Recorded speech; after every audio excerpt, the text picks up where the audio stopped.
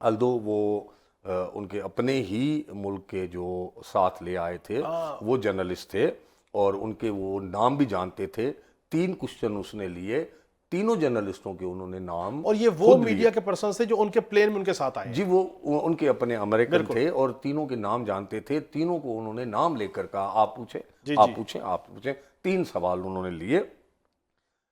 انہوں نے یہ ضرور کہا کہ ہم معاہدے پر نہیں پہنچ پائے, مگر انہوں نے کہا کہ ہم نے فائنل ڈیل ایران کو دے دی ہے, اب دیکھتے ہیں ایران کا کیا رد عمل آتا ہے.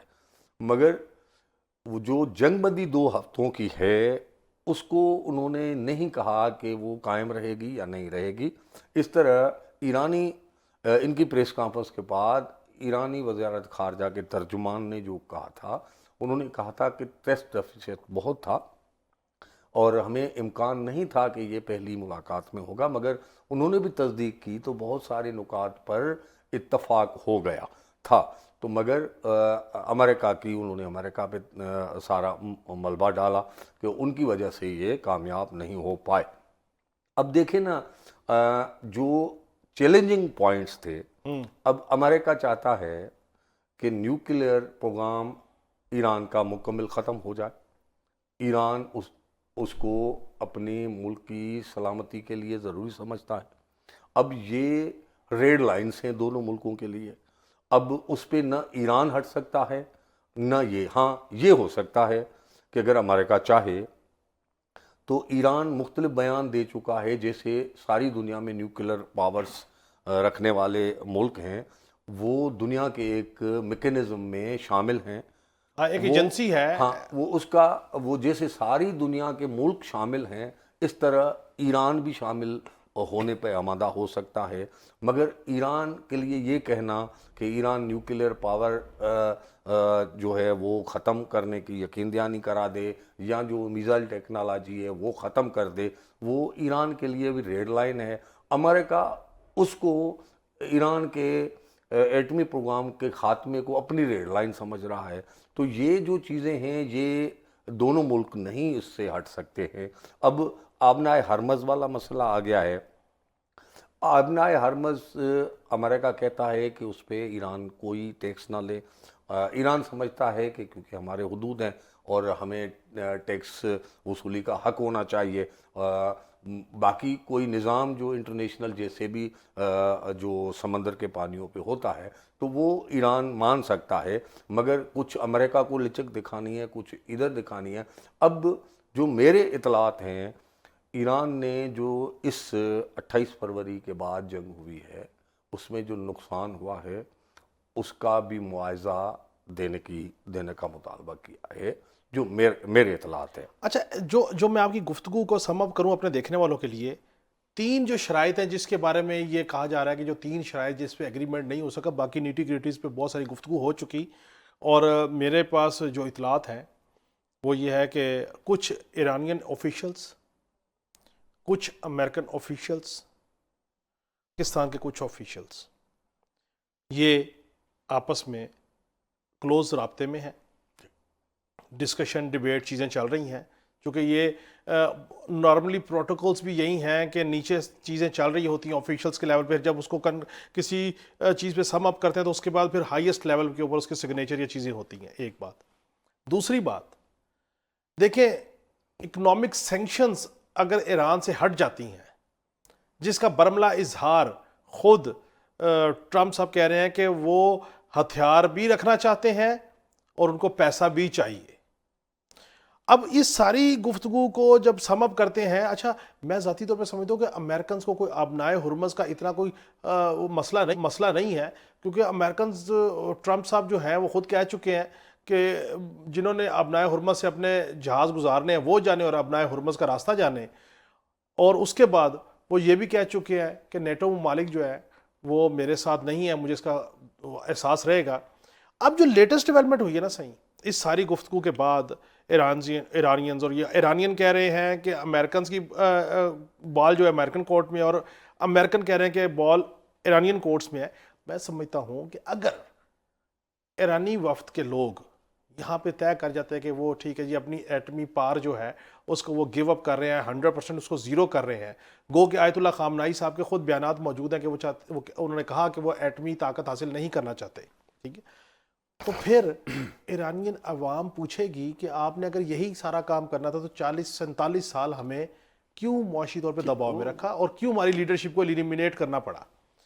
دوسری بات کہ ابنائے ہرمز جو ہے, جس کو میں تواتر سے بہرحال انرجی کی شہرک کہتا ہوں, جس نے اس جو 55 کلومیٹر کی جو پٹی ہے, اس پٹی نے new world order in place کر دیا کہ یورپ, برطانیہ امریکہ کے ساتھ نہیں گئے, اسرائیل کے ساتھ نہیں گئے, اور امریکنز جو ہے وہ آئسولیشن کا شکار ہو گئے. اس کے اوپر اگر ہم اپنی تسلط چھوڑ دیتے ہیں تو پھر ہم نے کیوں یہ سارا کام کیا.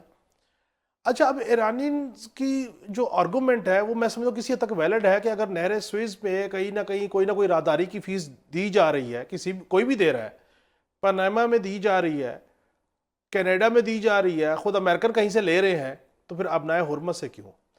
اب ٹرمپ صاحب کو ابنائے ہرمز کیوں اتنا چبھ رہا ہے؟ نہیں, میں سمجھتا ہوں کہ 3 چیزیں جو ہیں وہ زیادہ امپارٹنٹ ہیں امریکہ کے لیے. نیوکلیر پاور جی, اور اپنا میزائل پروگرام, اور جو خلیجی ملکوں میں جو ایران کا اثر بڑھانے کے لیے مختلف ٹولز کو, مختلف گروپس کو وہ جو دیکھیں کر رہے جو بات آپ کہہ رہے ہیں کہ جو ایسٹس فریز ہیں ایران کے, جی, وہ سعودی عربیہ میں بھی ہیں, وہ یو اے ای میں بھی چین میں ہیں, چین میں بھی ہیں, جی, تمام جگہوں پہ ہیں. جی, امریکہ میں بھی 2 ارب ڈالر.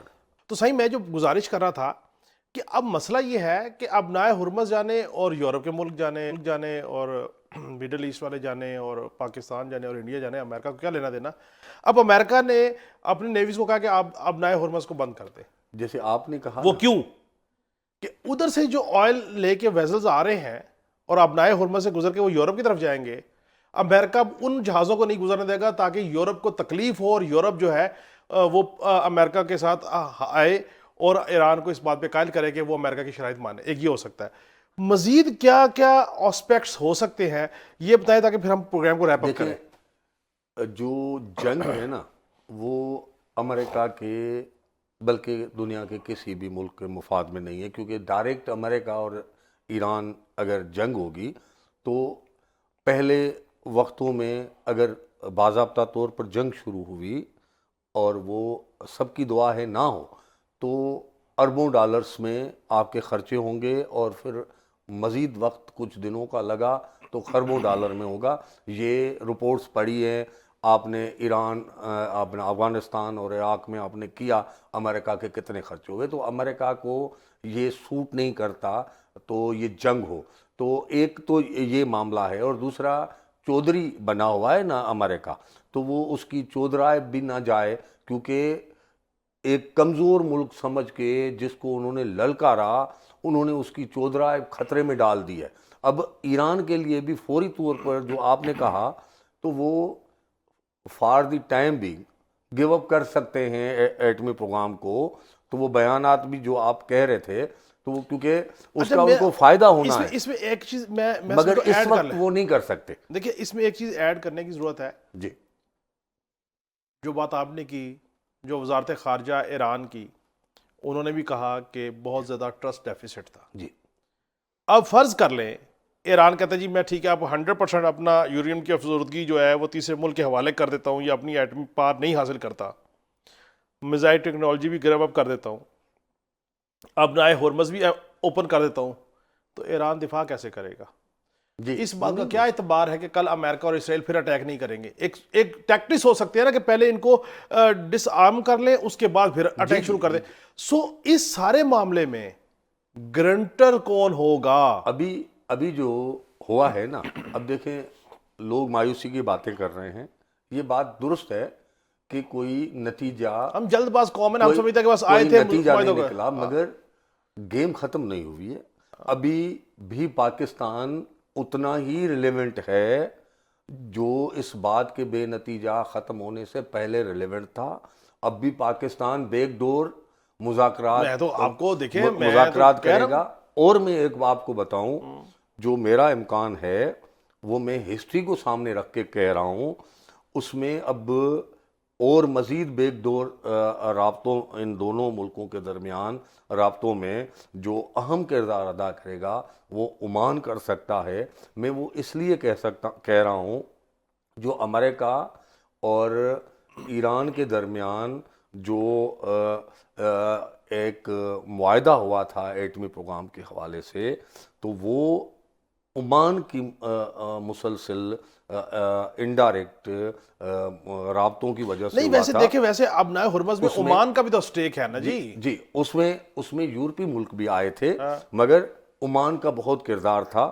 وہ مسقط میں باتیں ہوئی تھی. عمان ہوگا اور کون سا ملک ہوگا؟ قطر ہوگا. قطر کا میں اس لیے کہہ رہا ہوں، قطر آپ کو یاد ہوگا، قطر امریکہ اور طالبان کو بات چیت میں فیسیلیٹیٹ دیکھیں کرتا رہا قطر ہے. کے کردار کے اوپر نا، قطر کے کردار کے اوپر میں اس لیے نہیں کہ میرے پاس کہ قطر کا کردار جو ہے وہ دیکھیں، جس وقت جو اسماعیل ہانیہ خود قطر کے اندر جو لیڈرشپ تھی حزب اللہ کی یا باقی، اس کے ساتھ کیا ہوا لیکن قطر چونکہ امپورٹنٹ کنٹری ہے، ادھر امریکن بیس ہے، قطر ہو سکتا ہے، سعودی عربیہ ہو سکتا ہے، ٹرکی ہو سکتا ہے، خود یورپی ملک، دیکھیں یورپی یونین ہو سکتی ہے. دیکھیں یورپی یونین کے ممالک کے علاوہ سب سے امپورٹنٹ چیز چین اور روس، ان دو کی کو آن بورڈ کیے بغیر میں سمجھتا ہوں گارنٹر کے طور پہ شاید ایران جو ہے وہ چین اور روس کی گارنٹی کہے گا کہ ڈالے، اور اس ادھر سے امریکن جو ہے وہ یو اے ای اور قطر کی گارنٹی انشور کر سکتے ہیں، کیونکہ گارنٹرز کے بغیر یہ ایگریمنٹ نہیں ہوگا.